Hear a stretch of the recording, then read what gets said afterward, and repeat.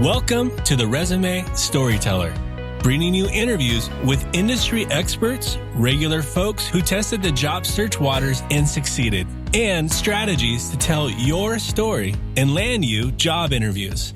Here's your host, Virginia Franco. Hey guys, I have with me today workplace futurist Marti Konstant.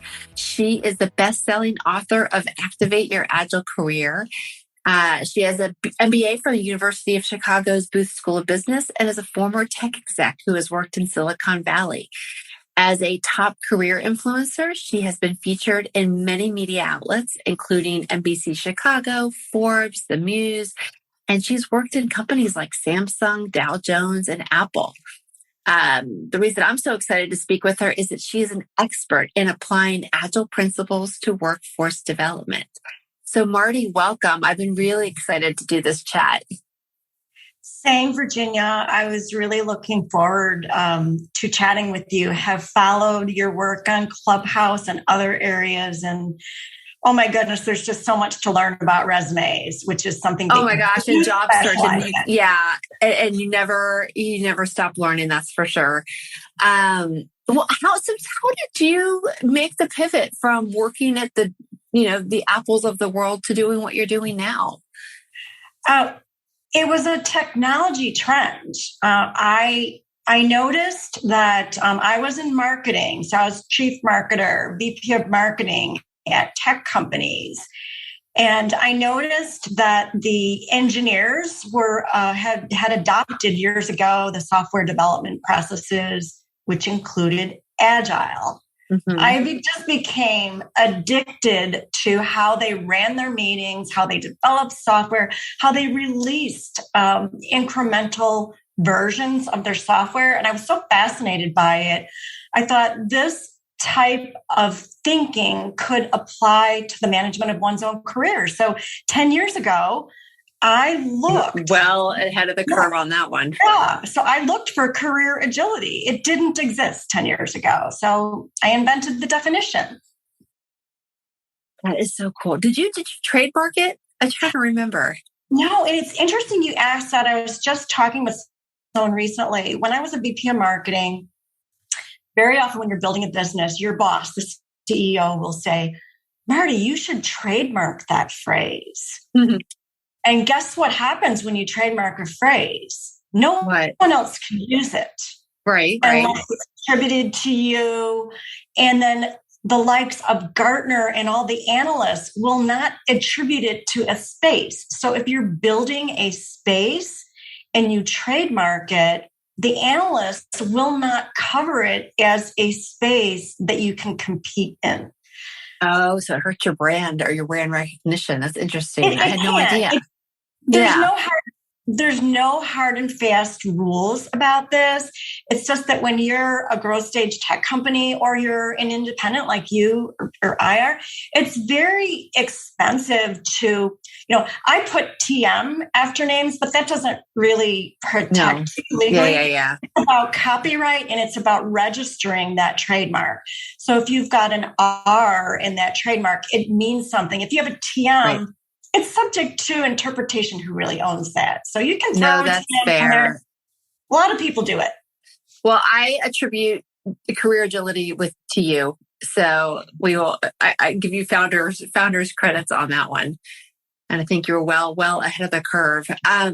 So you work with a whole slew of different job seekers, and I'm sure you saw a lot of different kinds of career paths being formed when you worked in marketing and for those tech firms.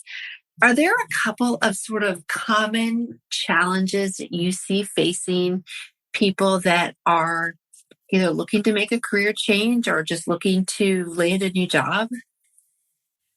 Well, there's different terms. There's career switchers, career changers, and there's the people that incrementally evolve. And that's why there's terms like upskilling and reskilling. Upskilling is adding some skills of what you already know. Reskilling can be a total reinvention.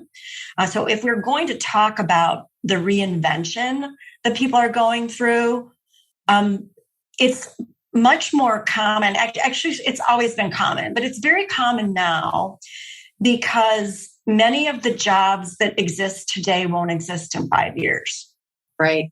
Back in 2007, if you weren't adding the word technology to the back of your profession, you were losing traction. Medical technology, marketing technologist, fintech, all of these things didn't really exist back then.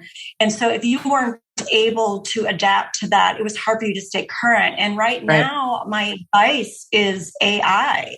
If you're not applying the AI and the immersive technology component that's going to be prevalent within the next few years, it's going to be very difficult for you to keep up. And we don't even know what that means. I agree with that. AI is really much like earlier technologies, even 5-7 years ago. AI is impacting every industry and just about every job function I can think of. It is. So you're saying that's a key area of expertise for anyone who is looking to reinvent or to upskill? Yes, you need to know about it, and you need to know its relationship to robotics. So our grade schoolers right now are learning all about robotics because they go to Lego competitions. Lego is no longer a plastic toy company. It is a company that encourages STEM and the science and the technology of it all, so that these young people are able to compete in the universe that they're going to be living in. So yes, robotics and artificial intelligence. And artificial intelligence is actually, in many ways, our friend. I mean, think about our devices that we use when we're navigating in a car. Isn't it great when you make 5 wrong turns that your navigational expert will go with you and correct you and figure you out and get you back to the main road that you want to get to? This is all data. You're right. And it just to me, it just reinforces that AI is with us. People are using it on a regular basis. It's much more commonplace than people realize. It's just understanding how it impacts we're seeing how it impacts our life. You're right, because of Google Maps and Apple Maps and things like that. But how is it impacting your job? I see it informing a lot of the data that people are using to create KPIs or key performance indicators for their job. And that's from service to sales to retention, you name it, anything in the customer life cycle.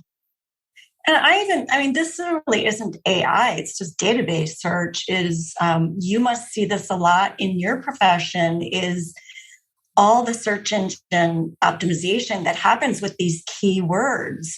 You can say, oh, I don't want to write to the keywords, but you can write beautifully and you can write cleverly and include those words. I have all kinds of examples of people who have changed even their description underneath their name on LinkedIn, and then they are found the next day by legitimate recruiters, and they find jobs much quicker. This is database searching. It's not AI, but it's a step to forms of AI.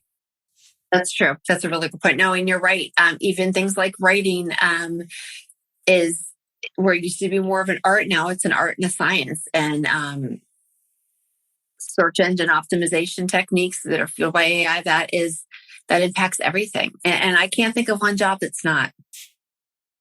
That's absolutely true. No, very good point. Well, if you are up for it, I would love to pick your brain. Although I hate that phrase, I shouldn't say that. You shared an article on LinkedIn maybe earlier this year, and you referenced several different curve models to help people manage their life and their career. And I loved it because I felt like they gave people roadmaps for challenging times in our life. And if it's okay with you, I'd love to just sort of talk through the different models and let me ask you a couple questions about each so that people can figure out which models might pertain to job search. That sounds great. I love illustrations and models. It's how we learn. Well, it is a great article, and I have your LinkedIn profile on your bio, so people will definitely be able to access it because there's lots of illustrations in there as well. But the first one that you reference is I might be pronouncing it wrong, Kubler-Ross grief model. The 5 stages of grief. And I've heard of this model before as it relates to losing a loved one, but I'd love to hear your thoughts on how a grief model applies to job search. Well, I love the fact that you called it the Kubler-Ross model because Elizabeth Kubler-Ross wrote this seminal book in the 60s about going through this process, and it's a curve that dips and goes down, and you go into the depths of despair, and then you ultimately come to terms with it. And there's a whole process. There's, ignoring it, not acknowledging change. But what happened really in the 70s and 80s, it got turned into the change curve.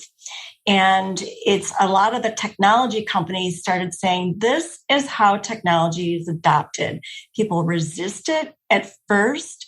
They deny it. Denying is one of the first things that people do in grief and in technology and in the change that we're experiencing right now. Look at what happened with the pandemic. Deny that it's happening. And then you kind of acknowledge that it's happening. And I won't go through all the steps, but at some point once you figure out that you're at the bottom, you figure out what can I do to integrate this change into my life and how can I adopt it?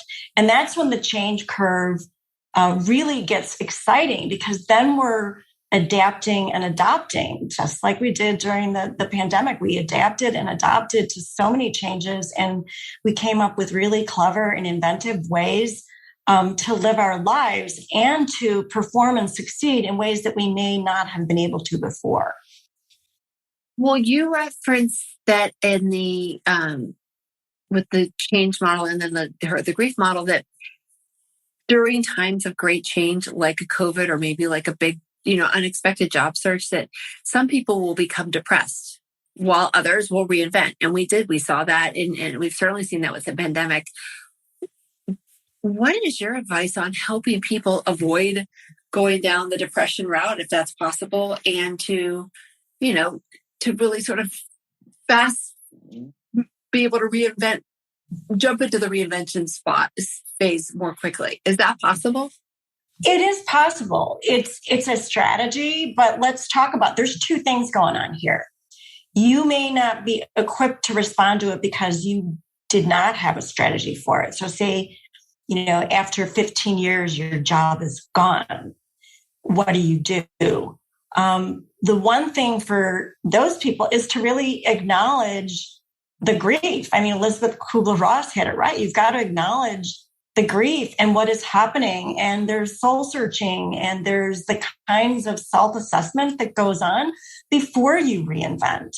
And it's a human condition. Everyone can do this. So that's the good news. The other side that you talked about is, can you avoid it?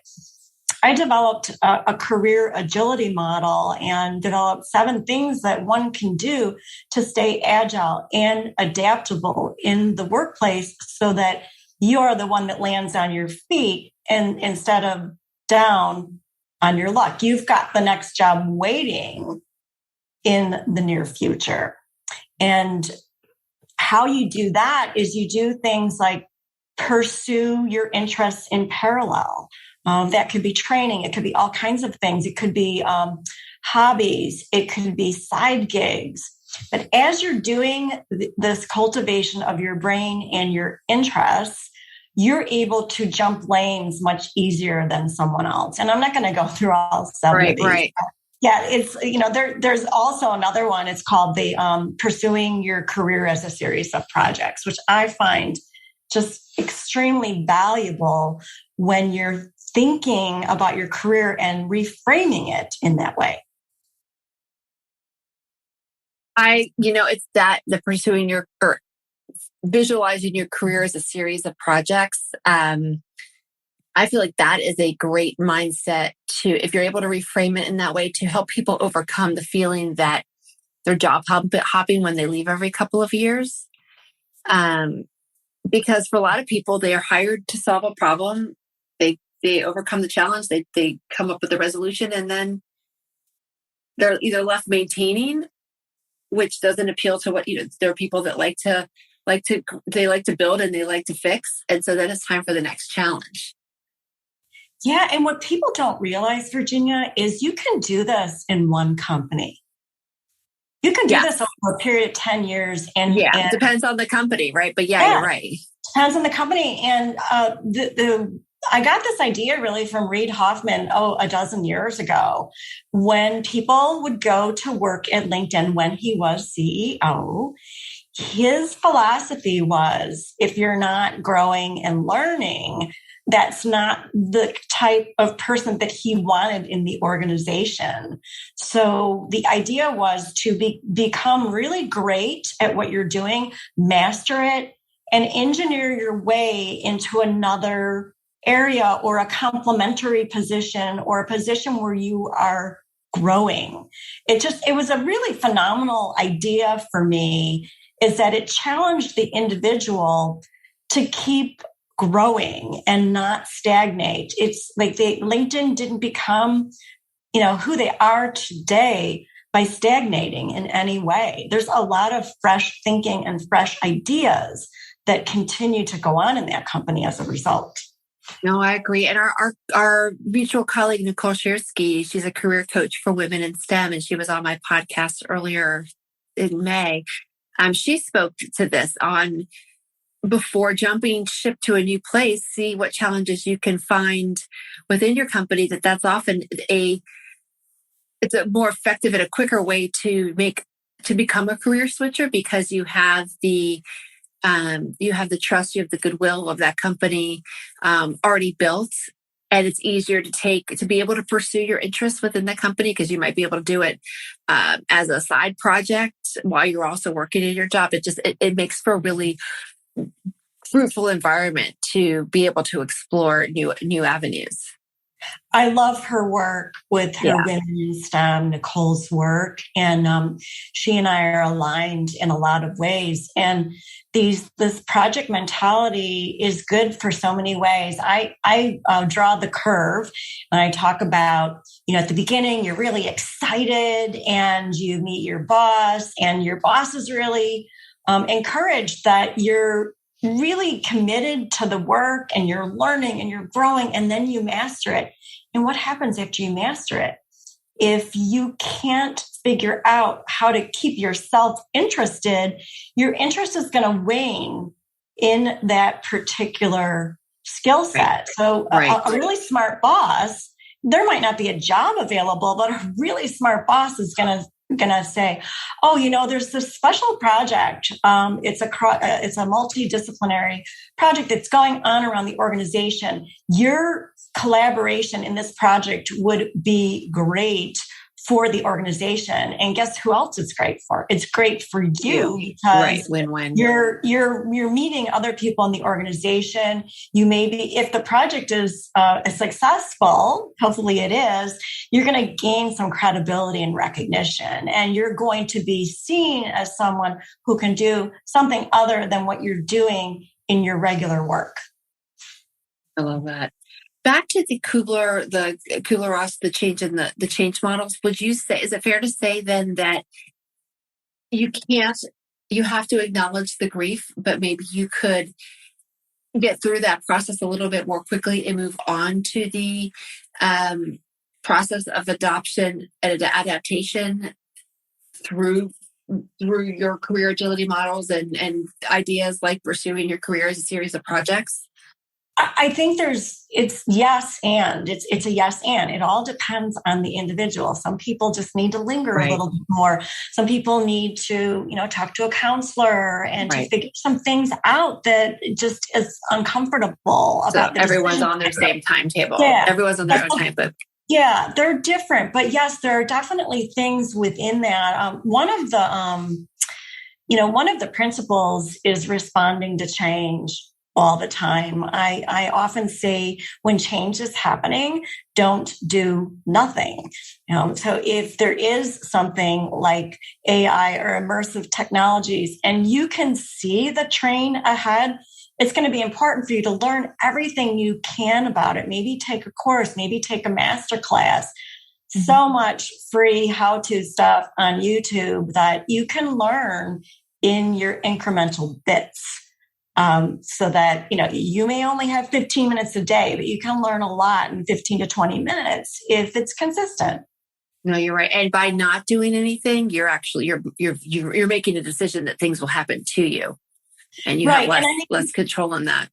And we're not talking to the factory workers. We are talking to people who work in organizations that are designing things, that are strategizing, that are creating. We are talking, to use the term from LinkedIn, we are talking to the creators and the functional areas within corporations that run the business. We're not necessarily talking about the manufacturing process, right? No, right. The That's a trucking good point. process, yes, or the travel.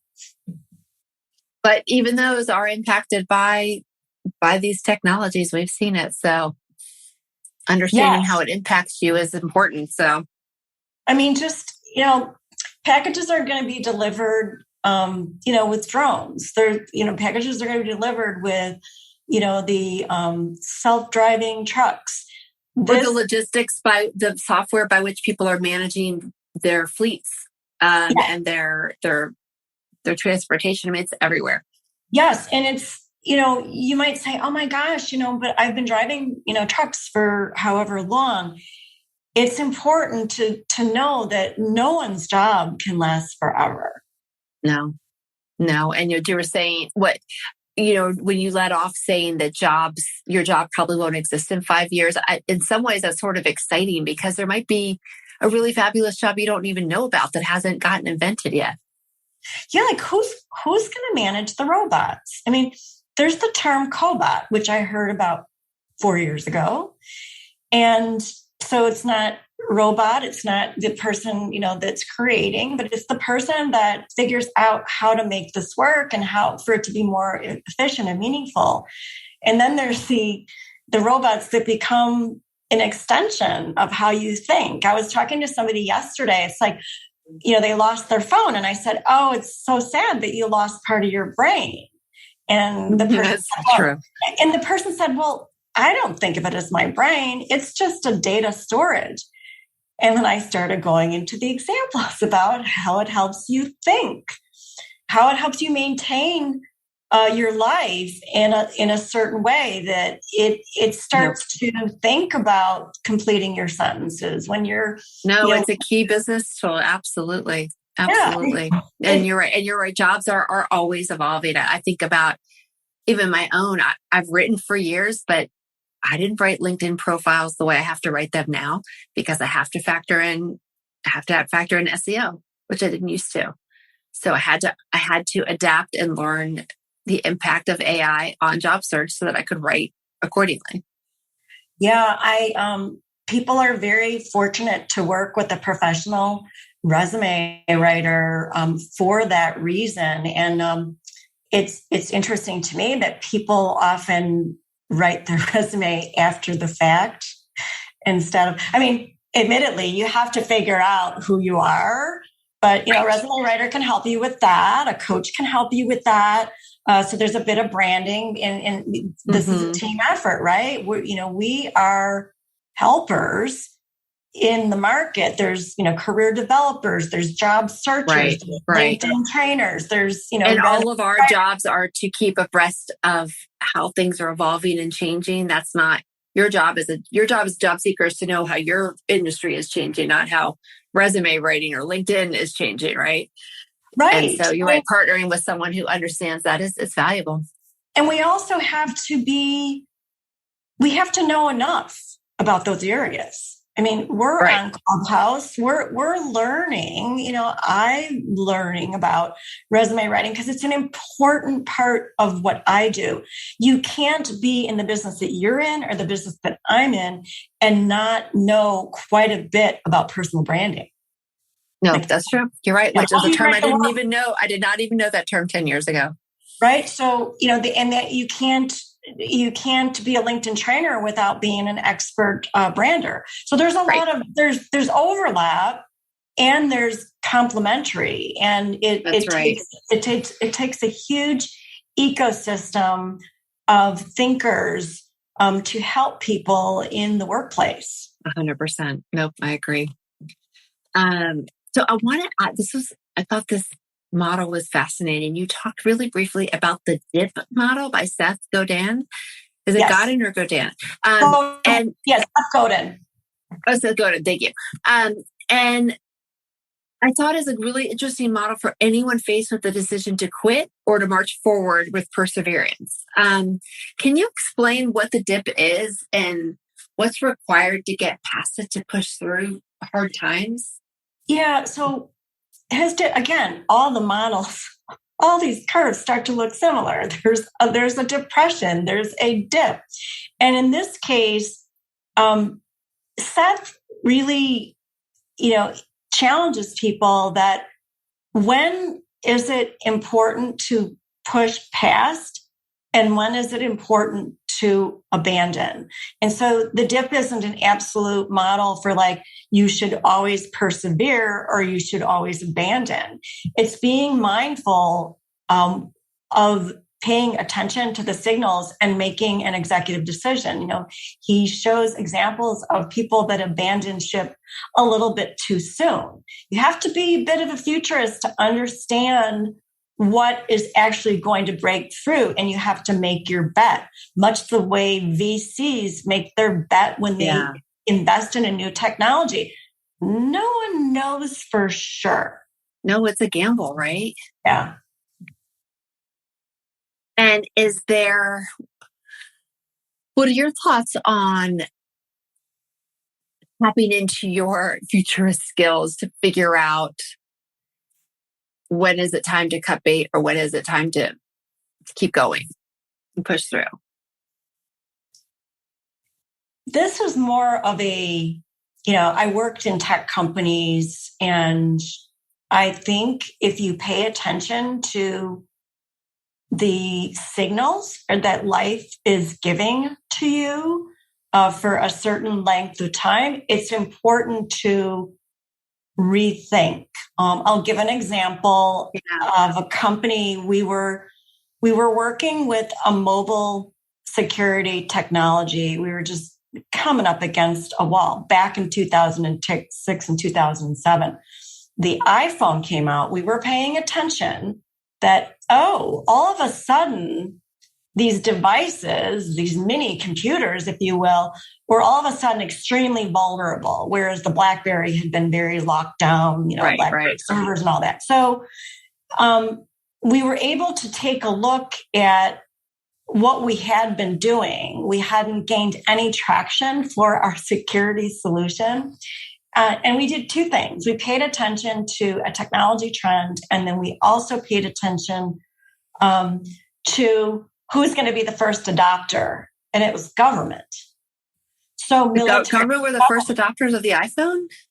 They were the first adopters of secure mobility. Oh, okay. Obama was the very first president who ever carried a mobile phone.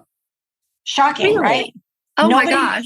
That's crazy. So what they did, they created something for him. We affectionately called it the Obama Berry. And they put basically two phones together. It would have cost a few $1,000s just to get a hold of that phone.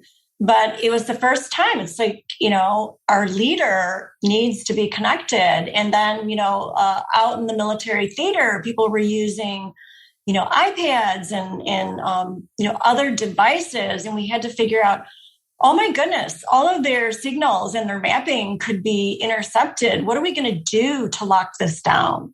And so this became a big part of how I spent like 2007 through 2010 thinking about how to secure these very insecure ends of our networks. So that's an example of there's a trend, and I can relate this to jobs as well.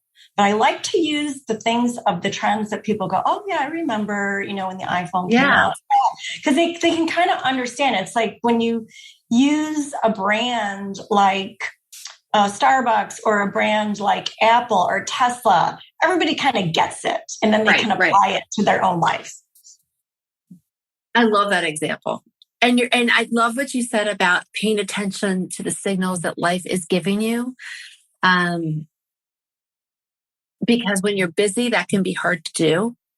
So we need to make time in our weeks to listen to what's going on around us, listen to our gut, listen to what's happening, so that you can decide if there's an opportunity or if it is time to abandon and go in a different direction. Or, Virginia, if there's danger in front of us. I read a lot about toxic leaders and, can they be rehabilitated? Can they, there are like famous people that weren't so nice that have built large companies, and these companies still exist today. Yeah. Steve Jobs was not an easy man to work for, but you can't argue with the success of his creativity.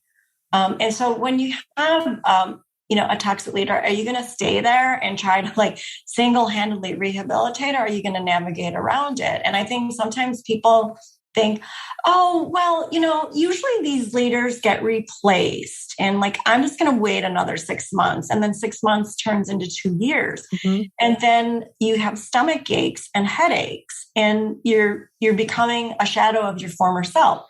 That the price of that decision is just really high. So I think you're right. And that's an extreme, and then another sort of less extreme, but it also can be harmful, not dangerous, but stagnancy. If you avoid the signals, you might end up in sort of a dead end career, right? Yeah, the important thing, I liken it to a stream. A stream that is moving has clear water, and it's sparkling and it's vibrant. And these stagnant ponds are disgusting and they don't smell so good.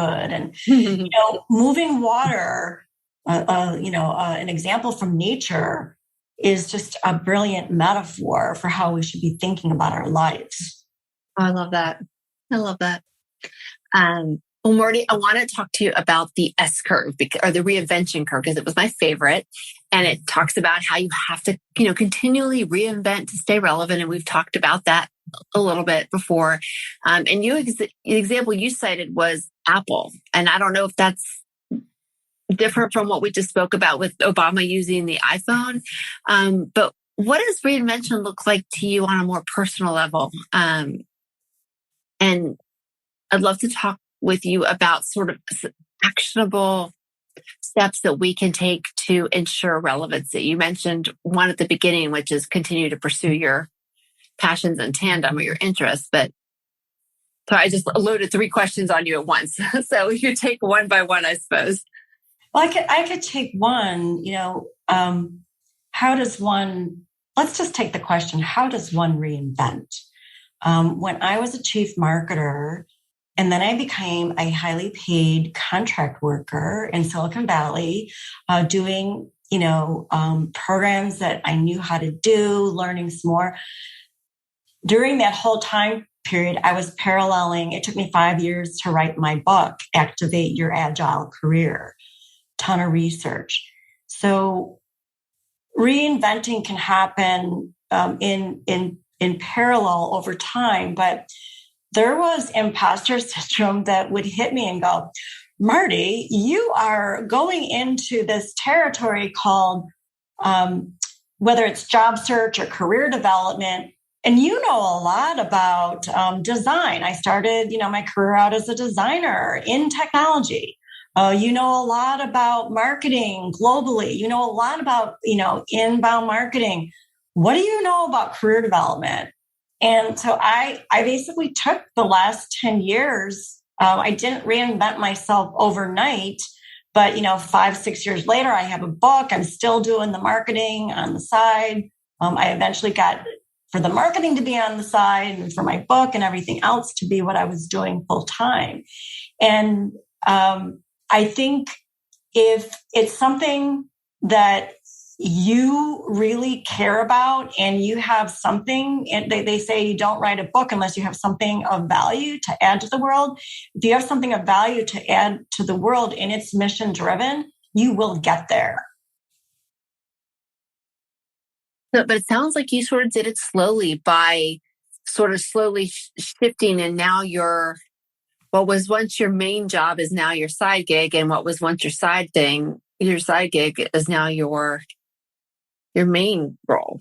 Yes. And I stopped being a marketer for other companies a few years ago. I think it was 3 years ago. And the beauty of our competency is I could take what I did for a living and apply it to marketing my business. That's right. So yeah, that's a gift that I have. Like, you've got writing, you have certain things that you brought to your profession.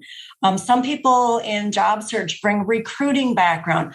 I bring this pattern of going from one level to another, and managing groups of people and learning how to be a leader and being a chief marketer with a team of people and building a company and selling it to a multi-billion-dollar company. These are experiences that I have that help people that are in mid-career because I've lived their lives. Right. No, and we always tell people with their career switchers, look for the transferable skills, and that's what you did. Yeah, but everybody brings it different. That's right. The recruiters become the job searchers. It's like we all come to where we're at with certain skills.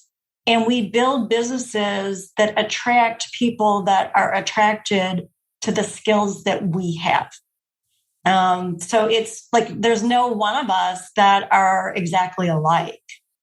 That's true. So you're saying what these skills are part of our brand, and brands by their nature, right? They attract or repel, and so you're attracting your people. Right. And you made a really good observation. You said, Marti, it seems like you did it for a while. I challenge every person that's listening to this, today, this podcast. What is it that you're doing right now? And what can you be doing, not just as an insurance policy for you, but what can you be doing that really interests you, that you can do on the side and you can learn more about, so that you are ready for the future, so that you are ready for those roles that are going to be upon us by 2025. I love that. It's funny. My husband is obsessed with cycling. He has his whole life.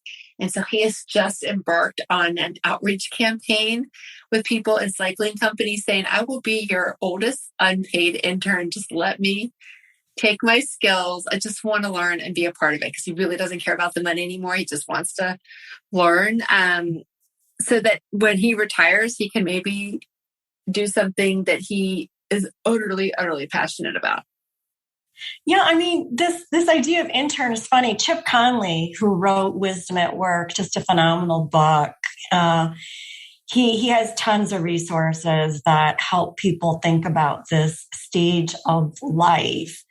And it happens quite young for some of us, actually. Yeah. But this idea of becoming an intern, it's just exciting. He talks about that. And one of my favorite movies is The Intern. Oh my gosh, I love that movie. There's just so many of the phrases in there are so quotable. Now, here was a man in his 70s. He wasn't really interested in building a business, but he wanted to help a business or an individual. And he also wanted to learn something new. And it was such an enriching experience for the people around him, all the stories around him. People were very judgmental when they first saw him. And once they thought about who he was and how he made them better, they understood. They understood what it's like to be a guide on the side, which is what he was. Right. Oh gosh, that's great. Well, goodness, I have taken 45 minutes of your time up. Thank you so much. I would love to hear or if you could share with others, what is next for you? What's next for me is something that I've been working on for 10 years. I've been working it in parallel with coaching. Actually, coaching came a little bit later. I want to speak broadly and importantly to the world on the importance of being a futurist in your own skin. And I want to speak about it globally. And I am now. And it's not something that happens overnight, and it's taken a long time. So this is something I am on a mission to bring the future into the present. Love that. So if people want to work with you, keep up with you, find out what you have, what's down the pike for you, I have in your bio your martikonstant.com website, a link to your LinkedIn, and then a link to your book on Amazon, Activate Your Agile Career. Are those the best places for people to follow you, or do you have others that you want to share? There's one more. Okay. If you go into my LinkedIn profile, there is an area called articles/newsletters. I have 30,000 people that subscribe to my Agility Think newsletter, where I write about job search. I write about career development. I write about LinkedIn. I write about the future trends. I very much am an analyst about the future and what it means for all of us in the workplace. So that's where a lot of the, a lot of everything happens. And I would also suggest in that area, if you have a foundation article and you put it in your LinkedIn articles, my What is Career Agility? It's the #1 result on Google today, and it has been for years, comes from my foundation article in LinkedIn. Oh, really? Okay. Yeah. So people want to subscribe to your newsletter. I'm on your LinkedIn right now. So they go to your page and then they go to your activity, or they go to... You go to your activity, and your activity is your current activity of the day, articles, and posts and documents. So you go to articles. Right.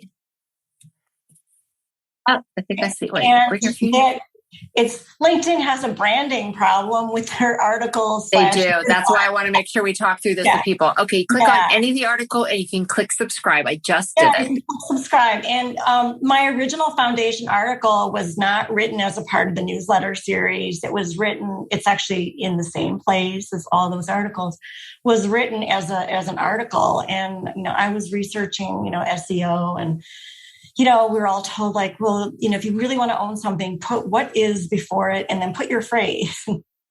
See what happens. Doesn't work so much when you have a website, but apparently Google puts a lot of domain authority on LinkedIn. Do they really? Yes. Best kept secret. I know that your profile shows up first. They are getting better now, because it used to be the articles, they didn't give much domain authority, but you're right. The profile definitely does. The articles rank better than the articles on my website. And I have invested heavily on SEO on my website. Interesting. That's good to know. And this is like a sidebar thing, backlinks are the secret to SEO brilliance. And if you don't have backlinks to famous people and famous sites, it's going to be very difficult. So until Forbes and Entrepreneur and all these like great magazines are, linking back to me, it's going to be hard for my articles to rank. Yeah, you're probably right. Well, Marti, thank you so much for taking the time to speak with us and share your thoughts. And I love what you're doing, and you're really helping people. It's helping to equip people for a rapidly evolving marketplace. I feel the same way about your work, and I'm, honored to be in your circle, Virginia. Thank you, Marti. You've been listening to The Resume Storyteller with Virginia Franco. To learn more about storytelling strategies to catch the eye of today's online skim hiring and decision makers, please visit www.virginiafrancoresumes.com.